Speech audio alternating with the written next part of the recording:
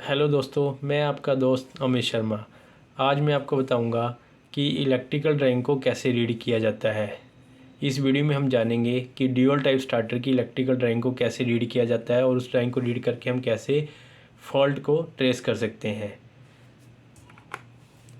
Starter क्या है? Starter basically किसी मोटर को ऑन ऑफ करने का एक स्विच है। ड्यूल टाइप स्टार्टर में जब स्टार्टर को हम ऑन करते हैं तो मोटर टर्मिनल पर फुल वोल्टेज प्रोवाइड की जाती है, जिससे हमारी मोटर स्टार्ट हो जाती है।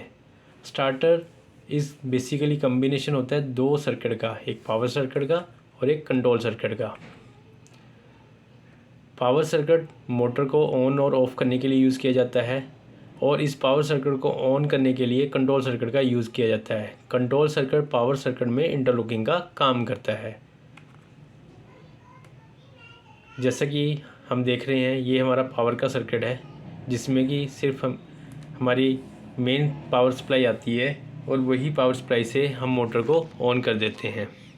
अगर हम पावर सर्किट के बेसिक कंपोनेंट्स के बारे में देखें तो उसमें 3 फेज सप्लाई, इनकमिंग सप्लाई है, SFU स्विच रहता है, पावर का कंडक्टर, ओवरलोड रिले और मोटर। ये कंप्लीट ड्राइंग पावर की ही मोटर को ऑन करती है। अगर मेरी इनकमिंग सप्लाई आ रही है और मोटर टर्मिनल तक अगर सप्लाई मेरी पहुंच गई तो ये मोटर को ऑन कर देगा। अब इस पावर सर्किट को ऑन करने के लिए कंट्रोल सर्किट का यूज़ किया जाता है। ये हमारा कंट्रोल सर्किट की इलेक्ट्रिकल ड्राइंग है। इसी कंट्रोल सर्किट के थ्रू हम पावर सर्किट में इंटरलॉकिंग प्रोवाइड करते हैं। अगर हम कंप्लीट ड्यूल स्टार्टर की ड्राइंग की बात करें तो वो पावर सर्किट और कंट्रोल सर्किट इन दोनों का कम्बिनेशन है। पावर सर्किट को ऑन करने के लिए कंट्रोल सर्किट की ज़रूरत है और कंट्रोल सर्किट अगर हेल्दी है तभी पावर सर्किट ऑन होगा। अभी हम देखते हैं कि ड्राइंग को रीड कैसे किया जाता है। अभी हम सबसे पहले पावर सर्किट को रीड करते हैं। पावर सर्किट में 3 फेज़ की बस बार है और एक न्यूट्रल की बस बार है। RYB 3 फेज़ है जो कि 433 वोल्ट सप्लाई है और हर एक फेज़ से एक इनकमिंग सप्लाई SFU के टर्मिनल तक आ रही है। SFU एक स्विच फ्यूज़ यूनिट है जिसको 20 नंबर से डिनोट किया गया है और उसके साइड ऑन कॉन्टैक्ट्स हैं 3, 4, 1, 2। इसके बाद हमारा 42 नंबर कॉन्डक्टर है जो कि पावर का कंडक्टर है और 49 + 46 ये हमारी ओवरलोड रिले है। मोटर की प्रोटेक्शन के लिए ओवरलोड रिले का यूज़ किया जाता है। अगर मेरा स्विच फ्यूज़ यूनिट ऑन है और मेरा पावर का कंडक्टर अगर ऑन है, ओवरलोड रिले हेल्दी है, तो मेरी मोटर तक सप्लाई पहुंचेगी और ये मोटर को ऑन कर देगी। और अगर किसी कारण से मेरी ओवरलोड रिले अगर हेल्दी नहीं है तो मेरी मोटर ऑन नहीं होनी चाहिए। इस चीज़ को मद्देनज़र रखते हुए कंट्रोल सर्किट का यूज़ किया जाता है।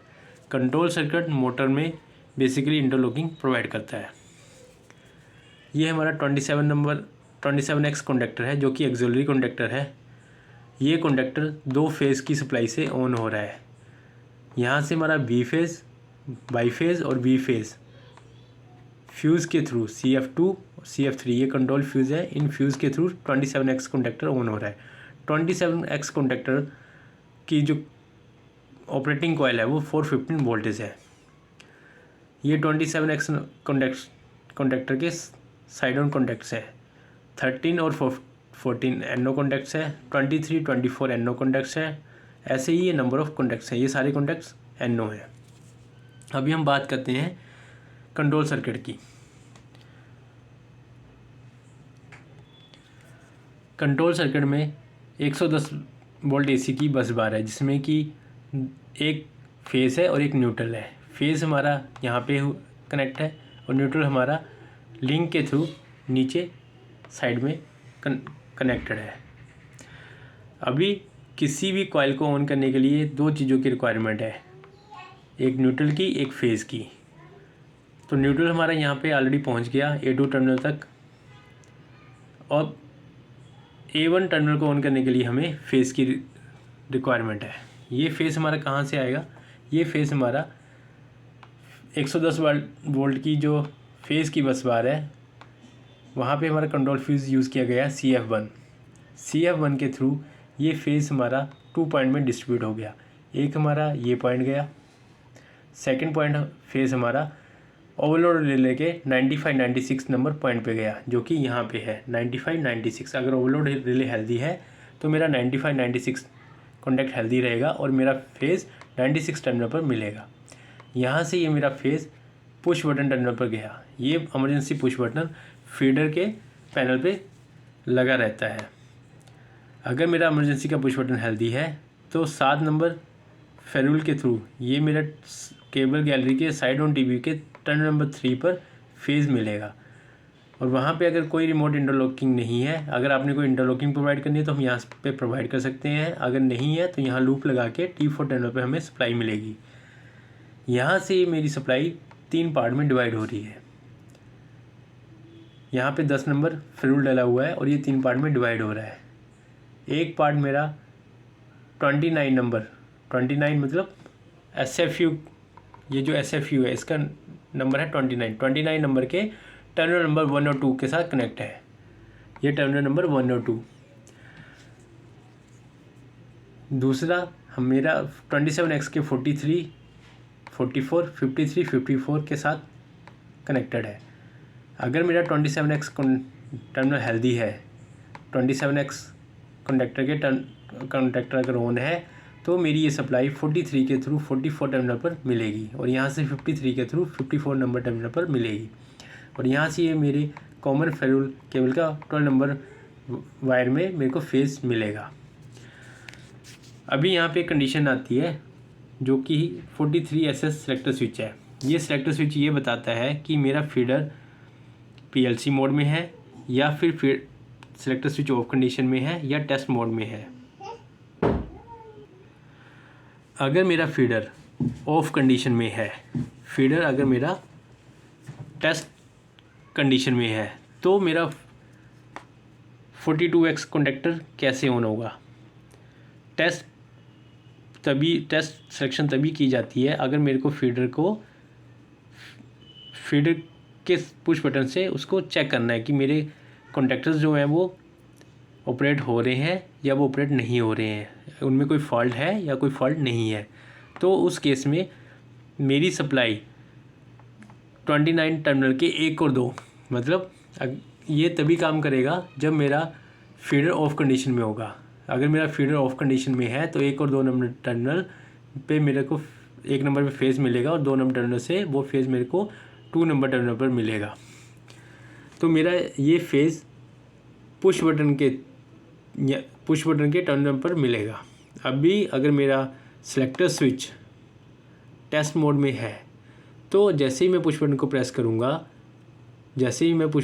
करूँगा तो ये मेरे 42X कॉन्टैक्टर के टर्मिनल नंबर A1 पर सप्लाई देगा। जैसे ही टर्मिनल नंबर A1 पे सप्लाई आएगी और नीचे A2 पे न्यूट्रल है तो ये 42X को ऑन कर देगा। अगर मेरा 42X ऑन हुआ, जैसे मेरा 42X ऑन होगा सेम टाइम पे मेरी ये सप्लाई 42X के टर्मिनल नंबर 13 पर मिलेगी, क्योंकि 29 पे फेज़ आ रहा है तो यहाँ से ये फेज़ मेरा 2 पार्ट में डिवाइड हुआ।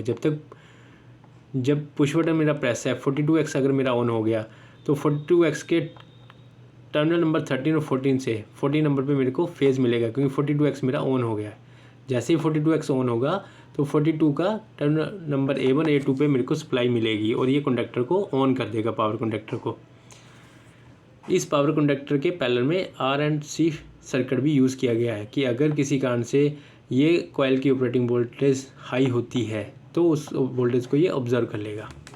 तो ये तो हमने देखा कि मेरा फीडर अगर टेस्ट मोड में सिलेक्टेड है तो किस तरह से ऑन हो रहा है। अगर मेरा फीडर रिमोट मोड में सिलेक्टेड है तो उस केस में फीडर कैसे ऑन होगा?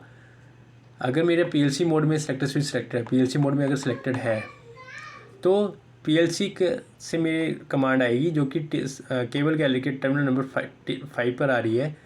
वहाँ से 27X के 13 और 14 कॉन्टैक्ट के थ्रू ये सप्लाई मेरे 25 वायर से 24 नंबर वायर पर मिलेगी और उससे मेरा 42X का A1 A2 ऑन होगा।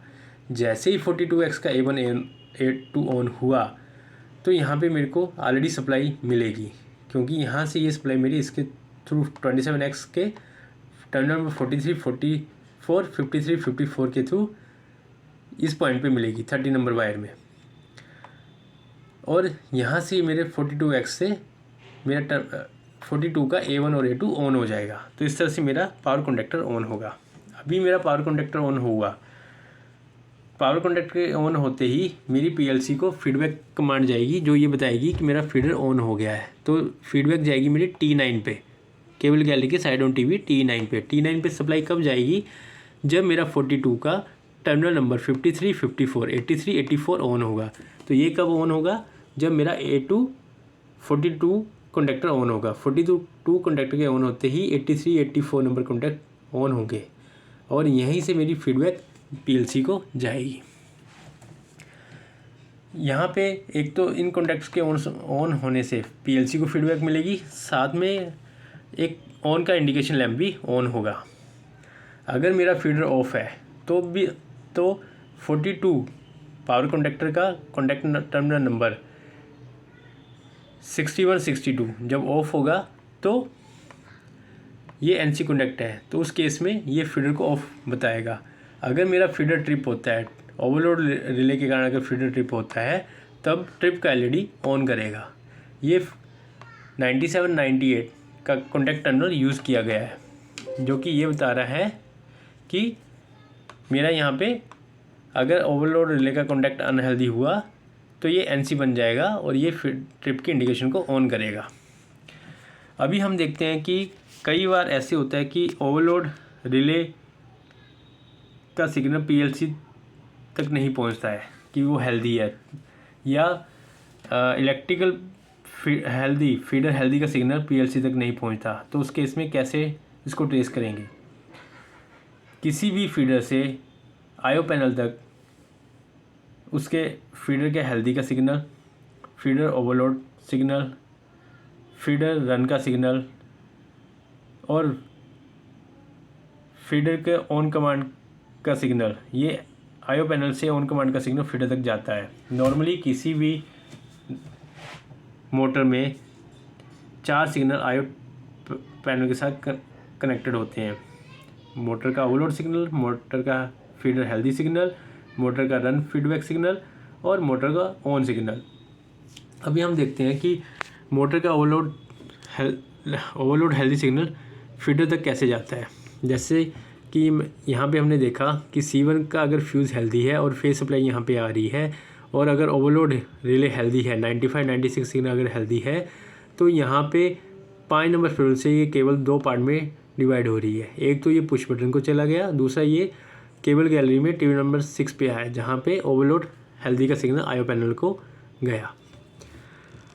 अभी जब मेरा ओवरलोड भी हेल्दी है और मेरा इमरजेंसी पुश बटन भी हेल्दी है, अगर उस केस में मेरा 27X कॉन्टैक्टर अगर हेल्दी है, मतलब 27 कॉन्टैक्ट्स अगर लगे हुए हैं, तभी मेरा इलेक्ट्रिकल फॉल्ट हेल्दी का सिग्नल T8 टर्मिनल पर जाएगा। ये T8 टर्मिनल पे सिग्नल जा रहा है 27X के 83, 84 नंबर टर्मिनल से।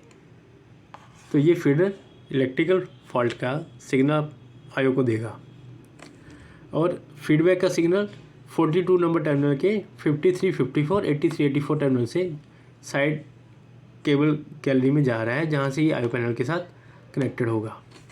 तो इस तरह से हमारे सिग्नल फीडर से आईओ और आईओ से फीडर तक कनेक्ट होते हैं।